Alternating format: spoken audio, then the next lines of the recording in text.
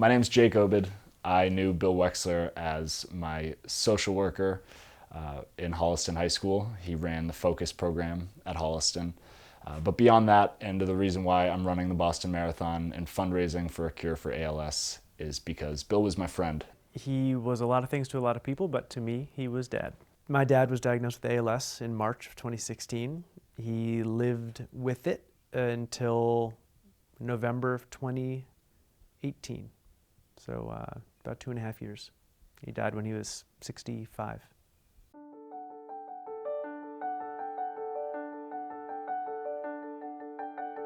You know, he emphasized through his actions that the way you treat people and interact with people is what matters most. And that's how people will remember you. I met Bill for the first time on my first day of school in 2006. I came in as a younger teacher thinking that things like content area and classroom management were really important professionally, and they really weren't.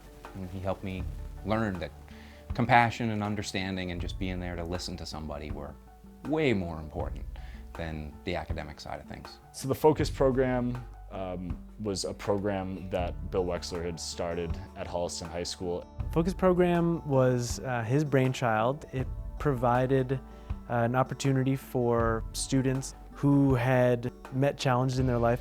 It was a place for them to come and feel safe and have counseling from my dad and graduate high school where otherwise they may not be able to do so.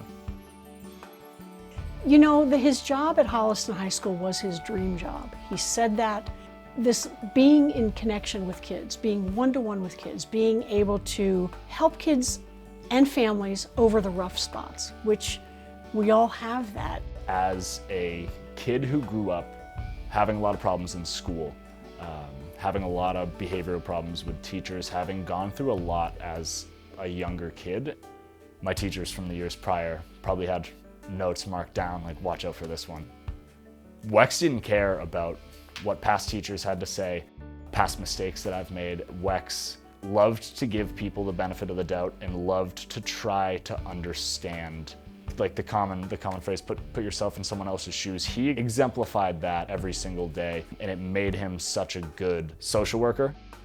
So good as a father, so good as a husband, so good as a friend, because he was so understanding and compassionate. You could come to Bill about anything, and he would catch it all. The kids that I saw in and out of his classroom in the years that we spent together had a wide range of different needs, and he was able to meet them all in different ways. I was just pretty amazed by the guy, to tell you the truth.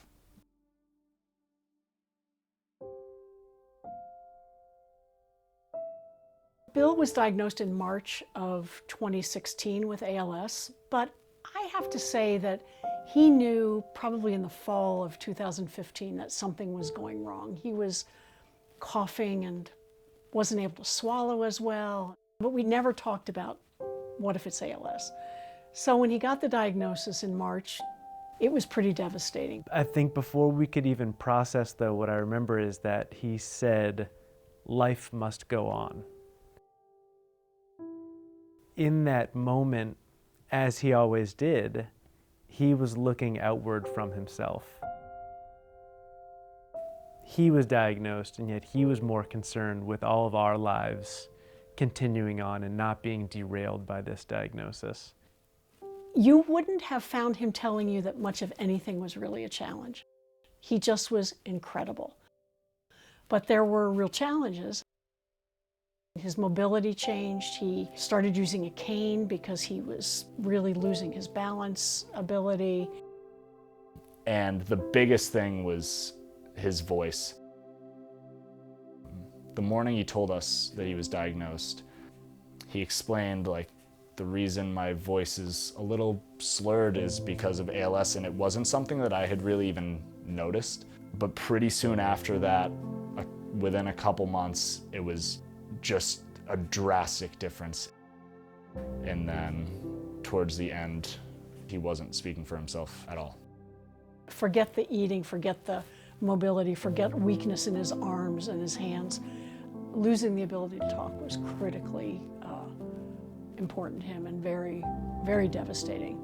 So that he threw himself into alternative ways of communicating immediately. Technology and microphone, whatever he could do to make sure he could get his message across. He had a resiliency. There were these moments through his illness where shit got real. Things sort of jumped to a new level and we thought, well, there's no coming back from this.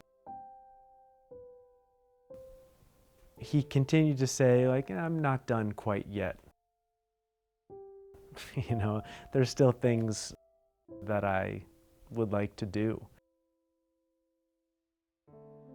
I just think that he's right about so many things. We go through periods in our lives where things are going super smoothly, and then we face illness or we face job loss. And really how we act in those moments are most important. The circumstances don't make the man, they reveal him. That's a quote that I just think encompasses who Wex was throughout his battle with ALS. That's a great smile. From when I met him as a lost freshman in high school to the day he was diagnosed to the day that he passed away. He treated people the same. He never complained. Even when he needed people more than anybody needs anybody when he was battling ALS, he still remained there for anybody who came to him. He left that door open. His work was so private that I didn't really even know what his work looked like for many years, until his illness, when his students and former students started coming to the house to see him. And then I said, oh, now I get what Bill was doing. It became clear to me just how profound his impact had been on them. I know he changed lives. People pursued social work because of him. I think someone named their baby after him.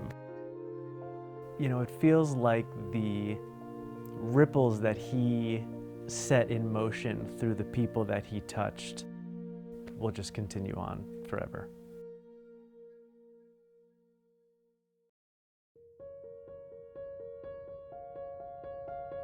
This disease is currently terminal, currently does not have a cure.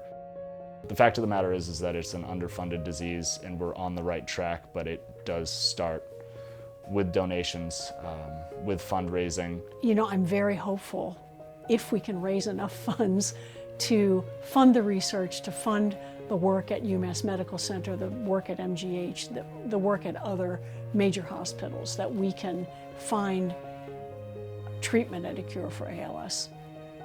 The way that the science and the research has grown by leaps and bounds in the past 10 or 15 years is astonishing. This morning, new hope for those battling the devastating degenerative disease ALS, a drug that may give patients who often have just 2 to 5 years to live the gift of more time.